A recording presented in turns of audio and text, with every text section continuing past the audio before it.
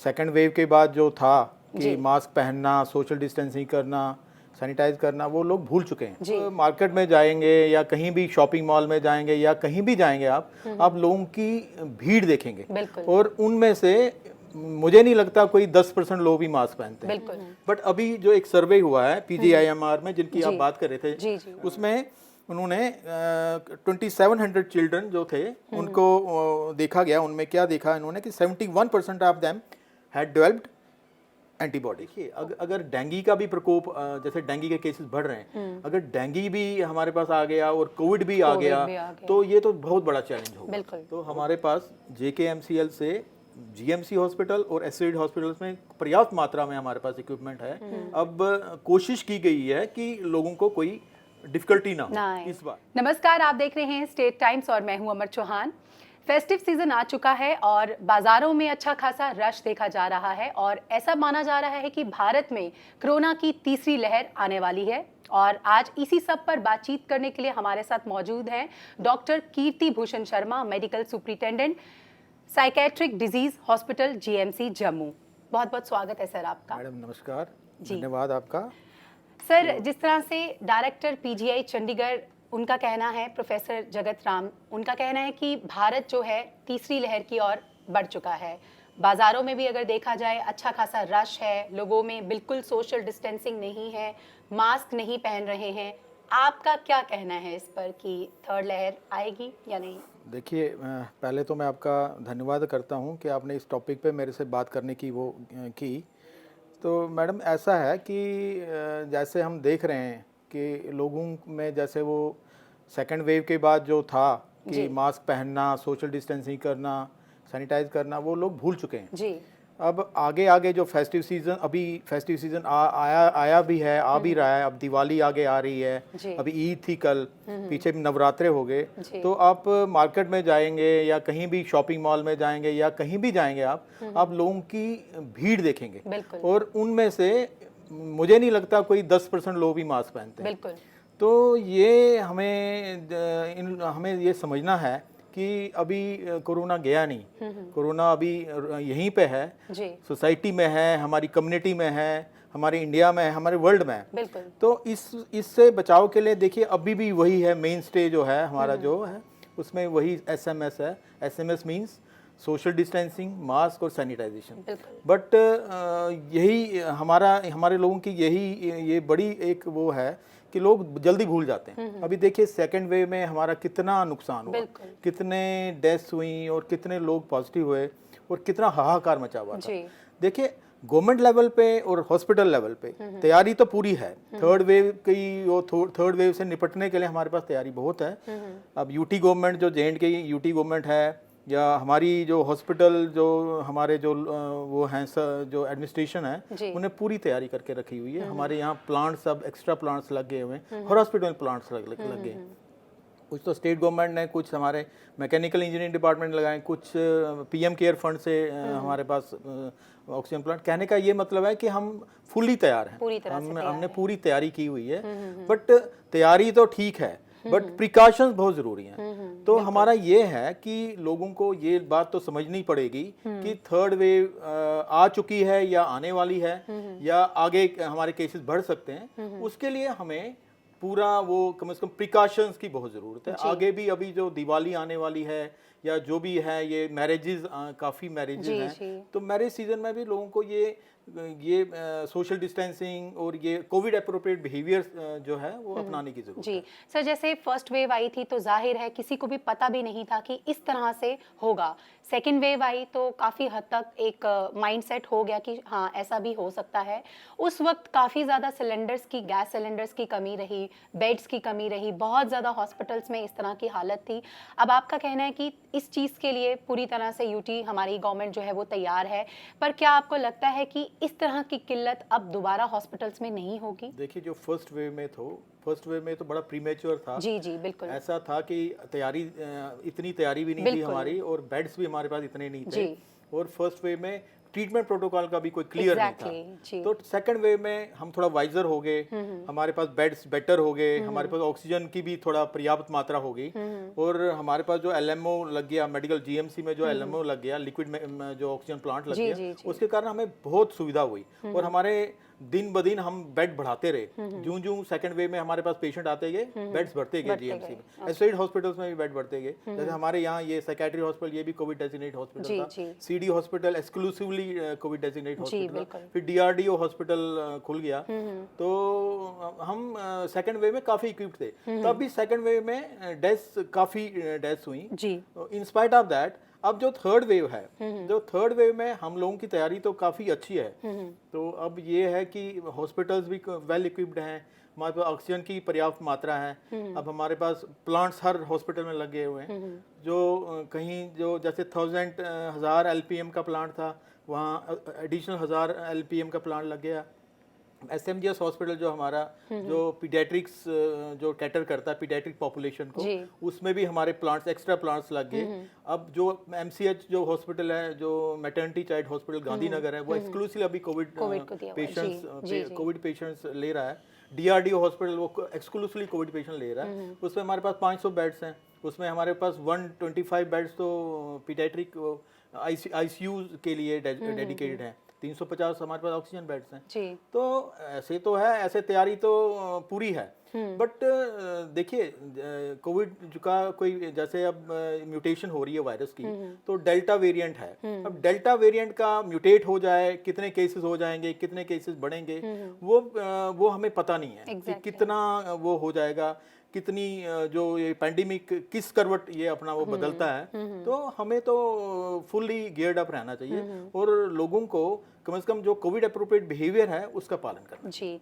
Sir, जैसे clinical operations के, in your experience, clinical operations के कुछ ऐसे कौन से एरियाज हैं जहां आपको लगता है कि पेशेंट्स की हेल्थ वहां अफेक्ट करती है या वो वीक रहती है? अब ऐसा है, देखिए, कोविड इटसेल्फ, जो कोविड पॉजिटिव पेशेंट्स हुए हैं हमारे पास, जो हमारे पास रिकवरी फेज में गए हैं लोग, उनको सेकंड वेव में हमने ये देखा कि कोविड जो पोस्ट कोविड जो सिक्वली थे वो बहुत ज्यादा थे। पोस्ट कोविड लोगों को जो रिकवरी जो थी बहुत स्लो रिकवरी थी, बोलो बड़ी स्लो रिकवरी थी। और उसमें क्या था, फुलमिनेंट केसेस आते हैं। फुलमिनेंट मींस कि एकदम पेशेंट फीवर हो गया, चेस्ट थोड़ी सी साइंस हो गई चेस्ट में, और लैंड किया हॉस्पिटल में, और उसके बाद फुल फ्लैज निमोनियाज होते थे, बायलेटरल निमोनियाज, और बहुत सिक हो गए थे। तो वो डिपेंड करता है कि जो वेरिएंट है, जो वायरस का वेरिएंट है, वो किस करवट वो करता है। अगर ये फिर कोई ड्रास्टिक कोई इसमें वो हो जाए तो बहुत मुश्किल है। जैसे डेल्टा वेरिएंट के काफ़ी केसेस हमारे यहाँ हमने देखा, माइक्रोबायोलॉजी लैब से इन्होंने डिटेक्ट किए हुए। जो नेशनल कंट्रोल, जो डिजीज कंट्रोल जो लैब है, वहाँ से भी डेल्टा वेरिएंट के काफ़ी स्ट्रेन्स आए हुए हैं। तो ये डिपेंड करता है कि वायरस कैसे म्यूटेट करता है। तो अभी जो क्लिनिकल जो हमारा, जैसे हमने देखा है कि क्लिनिकल जो हमारी जो हमारा जो हमने लास्ट हमारा जो एक्सपीरियंस है, उसमें यही देखा गया है कि एडल्ट पॉपुलेशन ज्यादा इफेक्ट हुई, बच्चे भी हुए। अब जैसे हम थर्ड वेव प्रेडिक्ट कर रहे हैं कि थर्ड वेव में ये पाया गया कि पहले तो ये कहा गया कि बच्चों को ज्यादा इफेक्ट करेगी, बट अभी जो एक सर्वे हुआ है पीजीआईएमआर में, जिनकी आप बात कर रहे थे, डॉक्टर जगत जगत राम की, जो वहाँ के पीजीआईएमआर के डायरेक्टर हैं, उन्होंने ये वो अभी उन्होंने इकोनॉमिक टाइम्स को एक अपना इंटरव्यू दिया था, उसमें यही बताया गया कि उन्होंने सीरो सर्वे किया था, कंडक्ट किया था पीजीआईएमआर चंडीगढ़ ने। उसमें उन्होंने 2700 चिल्ड्रन जो थे उनको देखा गया। उनमें क्या देखा इन्होंने कि 71% of them had developed antibodies. Okay. 71% जो 2700 का जो ग्रुप इन्होंने बच्चों का लिया था, उसमें 71% को एंटीबॉडीज डेवलप हो गई हैं। तो इसका ये मतलब है कि जो बच्चे हैं, कि एक्सक्लूसिवली बच्चे, जैसे कहा गया था कि थर्ड वेव में बच्चे ज्यादा इफेक्ट होंगे, ऐसा नहीं है। Children won't be affected disproportionately during third wave. तो ये है कि एडल्ट भी होंगे, चिल्ड्रन भी होंगे, जैसे हमने सेकंड वेव में देखा। तो ये वो नहीं है कि वो जो हमारे पास ये पहले था कि थर्ड वेव में बच्चे ज्यादा टारगेट होंगे, ऐसा नहीं है। तो मिक्स ही होगा, जैसे पहले भी होता था। तो अब ये $1 मिलियन क्वेश्चन है कि आगे जो वेरिएंट है वो कैसा वेरिएंट आएगा, वो कितना म्यूटेट हो गया होगा, और उसके लिए आर वी फुली प्रिपेयर्ड या हम आर वी गियर्ड अप, वो देखना पड़ेगा। Sir if we talk about cleanliness, क्योंकि अब ये इसके साथ इंटर रिलेट करता है, क्योंकि बात होती है सैनिटाइजेशन की, बात होती है बार बार हाथ धोने की, ये सारी चीज़ें आ जाके क्लेanलीनेस पे ख़त्म होती हैं। तो आपको क्या लगता है कि इसमें पब्लिक का कितना रोल रहता है? क्योंकि जब पब्लिक का हॉस्पिटल में आना जाना होता है, एक पेशेंट के साथ कई सारे मेंबर्स आते हैं, फिर उनका रुकना, वहाँ ठहरना, तो आपको क्या लगता है कि पब्लिक का कितना रोल रहता है इस पे? पब्लिक का ही सारा रोल है। जी। पॉपुलेशन हमारी जो पब्लिक है, जनता जनार्दन है, जी। इन्हीं का रोल रहता है। अब ये है, देखिए, ये क्लीननेस का जो अभी हमारा जो गवर्नमेंट ऑफ इंडिया से, हमारी यूटी गवर्नमेंट से स्पेशल ड्राइव चले, जी। अभी आज़ादी का अमृत महोत्सव मना बिल्कुल। रहे थे, हमने क्लीननेस पे बहुत ध्यान दिया, अभी भी वो चल रहा है। हमारे जितने भी जीएमसी हॉस्पिटल और एसएड हॉस्पिटल्स हैं, हमारे स्पेशल क्लीननेस ड्राइव चला, तो उसमें हमने जो आउटर जो सारा है, जो हॉस्पिटल के बाहर का एरिया है, अंदर का एरिया है, डिफरेंट सेक्शंस, हमारा स्पेशल ड्राइव चला। तो वो इसी बात के लिए कि जैसे क्लीनलीनेस का मेन जो है वो करता है, वो पार्ट प्ले करता है। क्लीनलीनेस जितनी हम क्लीन रखेंगे अपने एनवायरनमेंट को, उतना हम बचेंगे। अभी देखिए, अभी डेंगू का भी प्रकोप, अभी काफ़ी केसेस डेंगू के आ रहे हैं। अभी यूटी गवर्नमेंट भी बड़ी वो हो गई है, बड़ी अलर्ट हो गई है डेंगू के लिए। तो हमारे पास 350 कोई केसेस जम्मू रीजन में आए हुए हैं जो डेंगू पॉजिटिव हैं, और कुछ लोग उसमें एडमिट हैं हॉस्पिटल में, और हर हॉस्पिटल ने कुछ डेंगू के लिए एयर मार्क करके रखे हैं बेड्स। अब देखिए, अगर डेंगू का भी प्रकोप, जैसे डेंगू के केसेस बढ़ रहे हैं, अगर डेंगू भी हमारे पास आ गया और कोविड भी आ गया, तो ये तो बहुत बड़ा चैलेंज होगा, बहुत बड़ा चैलेंज होगा। और अभी उसके ऊपर हमारे यहाँ वायरल अभी बहुत फैला हुआ है, वायरल फीवर है, बाकी बच्चों में बहुत फीवर है, तो वायरल इलनेसेस बहुत ज़्यादा हैं। वायरल जैसे रैश आ रहा है, जो बाकी कफ और कोल्ड के सिम्टम्स हैं, और वो मिक्स है, वो डेंगू के साथ मिक्स है, कुछ तो जैसे एंटेरिक है, टाइफाइड के साथ मिक्स है, और इसके ऊपर अगर कोविड की थर्ड वेव आ जाए तो ये बहुत बड़ा चैलेंज, बहुत बड़ा चैलेंज होगा। Right sir. सर, जिस तरह से अभी कोविड का पेंडेमिक जिस तरह से चल रहा था, हॉस्पिटल्स में अच्छा खासा रश था, बहुत क्योस था, इस दौरान देखा गया कि आम पब्लिक जो है बहुत ज़्यादा परेशानियों का सामना करती थी। कुछ जेन्युइन केस भी होते थे, क्योंकि it's a two way process, क्योंकि कई बार पब्लिक भी सही होती थी, कई बार जो वहाँ पर स्टाफ होता था वो भी अपने एंड पर सही होता था। क्या आपके पास कोई कंप्लेंट्स उस वक्त आती थी या फ्यूचर में कभी आएंगी? तो इस पर क्या आपकी मेडिकल स्टाफ के साथ कोई मीटिंग्स होती थी या फ्यूचर में कोई है आपके पास? देखिए, इसमें ये है कि ये जो पेंडेमिक है, ये हमारे सिर्फ इंडिया में या हमारे यूटी में नहीं कोई कन्फाइंड है, ये पूरे वर्ल्ड ओवर कन्फाइंड है।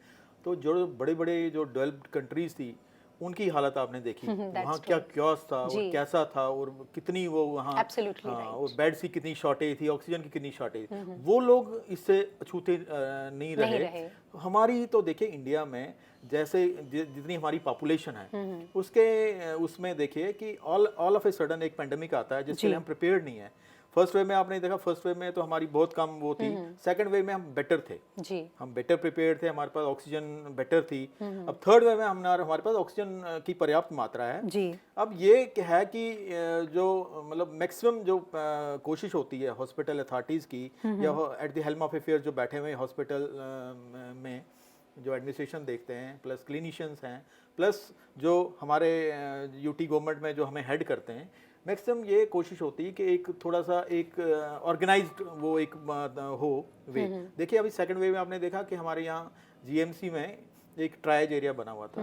अब इनिशियली तो सीडी हॉस्पिटल में ट्रायज एरिया कि पेशेंट, जितना भी पेशेंट था कफ फीवर कफ का, वो लैंड करता था ट्रायज एरिया में। उसके बाद वहाँ पे पूरी वो स्क्रूटनी होती थी, और उसके बाद वो देखते थे, तो अगर पॉजिटिव होता था पेशेंट तो उसको भेज देते थे, अगर जैसे depending upon severity of the disease. फिर उसके बाद एक और ट्रायल जिन्होंने गांधीनगर हॉस्पिटल में शुरू किया, उससे क्या हो गया कि लोगों को पता लग रहा था कि हमने कहाँ जाना है। पहले तो ये क्लियर नहीं था लोगों को कि हमने कहाँ जाना है, लोग बिल्कुल कंफ्यूज थे, तो उनको गाइड करने, मतलब उनको बड़ा मुश्किल होता था, गाइड करने वाला कोई जैसे कोई प्रॉपर पर्सन नहीं था।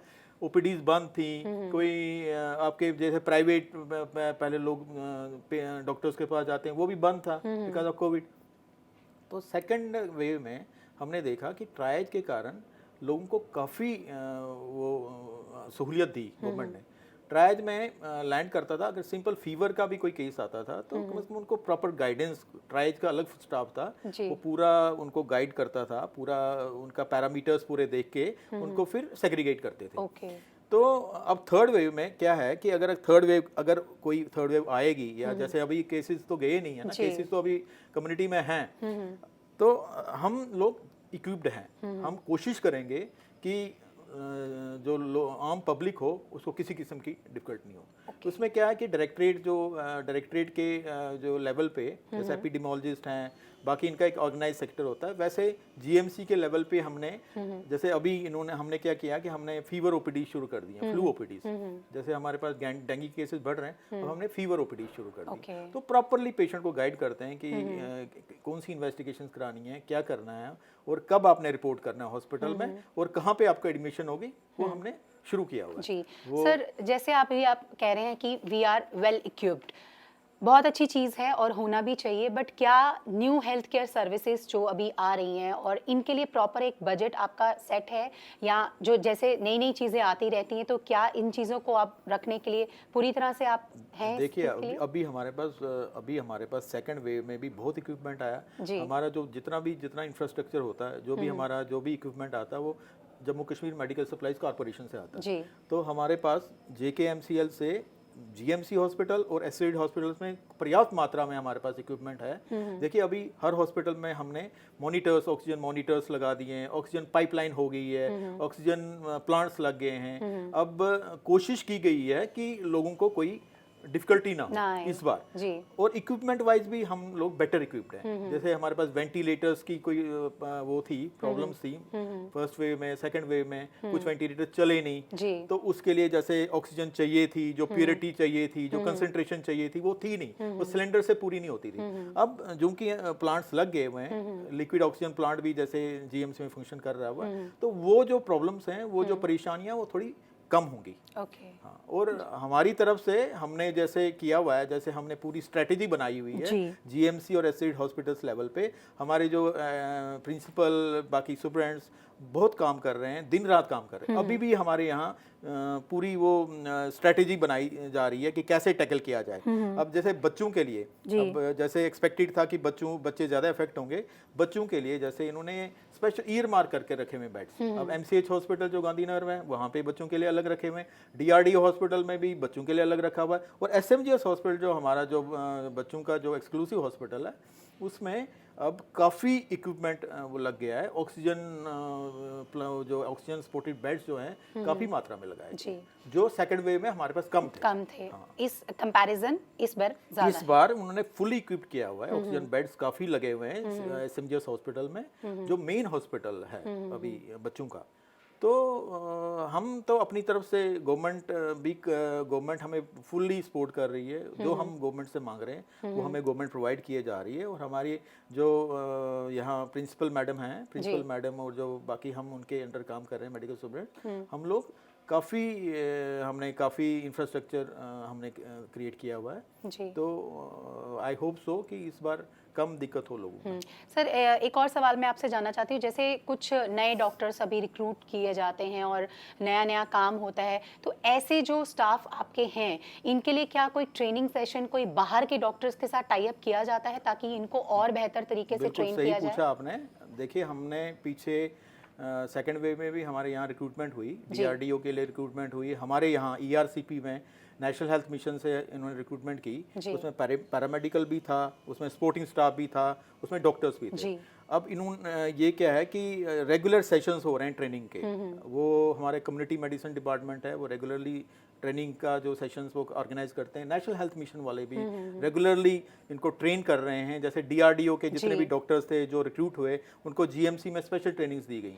कम्युनिटी मेडिसिन वालों ने दी, मेडिसिन डिपार्टमेंट वालों ने दी, उनको स्पेशल ट्रेनिंग्स दी कि how to deal with a patient, covid patient. और उसमें जैसे वेंटिलेटर, जैसे डिपार्टमेंट ऑफ एनेस्थीसिया ने वेंटिलेटर्स के जो जो स्टाफ था, जो इंटेंसिव केयर वाला स्टाफ था, उनको पूरा ट्रेन किया। डॉक्टर्स को जो आजकल जो लेटेस्ट जो अपडेट्स हैं वो देते रहते हैं जी। और अभी भी वो एक कंटिन्यूस सा प्रोसेस है। ओके, तो दैट मीन्स कि वो चीज़ हाँ, वो कंटिन्यूस प्रोसेस है। अभी रेगुलर हम यहाँ पे हमारे पास बैचेस आ रहे हैं मेडिकल कॉलेज में, तो रेगुलरली उनको ट्रेनिंग दी जा रही है। Right sir.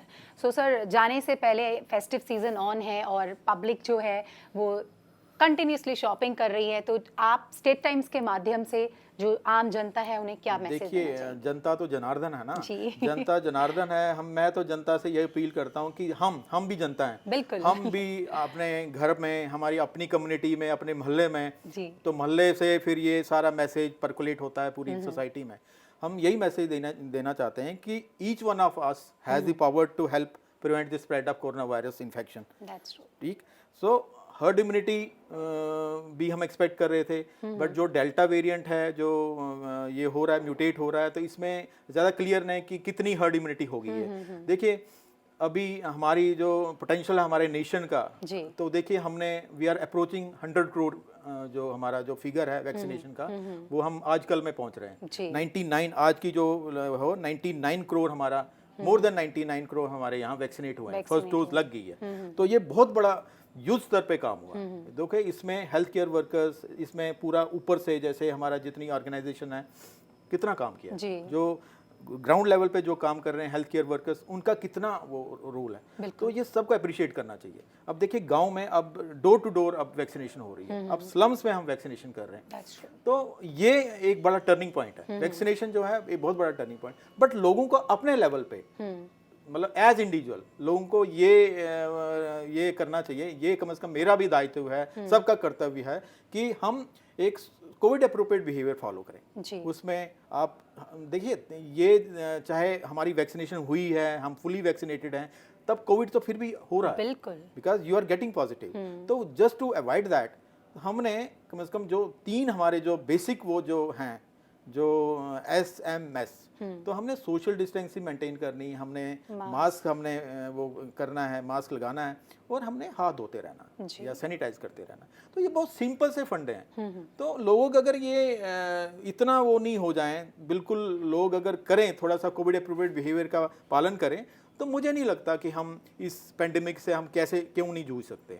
तो लोगों से मेरी यही अपील है कि हाथ जोड़ के मेरी यही अपील है कि प्लीज़ फॉलो जो ये हमारे जो कोविड अप्रोप्रिएट बिहेवियर जो है, इनको फॉलो करो, और फेस्टिवल भी मनाओ, शादियां भी करो, मगर आप कम से कम कंप्लीसेंट नहीं हो, ये कम से कम मास्क पहनो और ज़्यादा क्राउड इकट्ठा ना करो। अदरवाइज ये क्या होगा कि ये बहुत बड़ा, फिर एक बहुत बड़ी प्रॉब्लम हो जाएगी, बिकॉज ये वाला सीज़न, ये मौसम चेंज हो रहा है। अभी देखिए, कोविड भी आएगा और फिर डेंगू ऑलरेडी ने दस्तक दे चुका है, तो बहुत मुश्किल होगा हेल्थ अथॉरिटीज़ के लिए इसको कंटेन करना।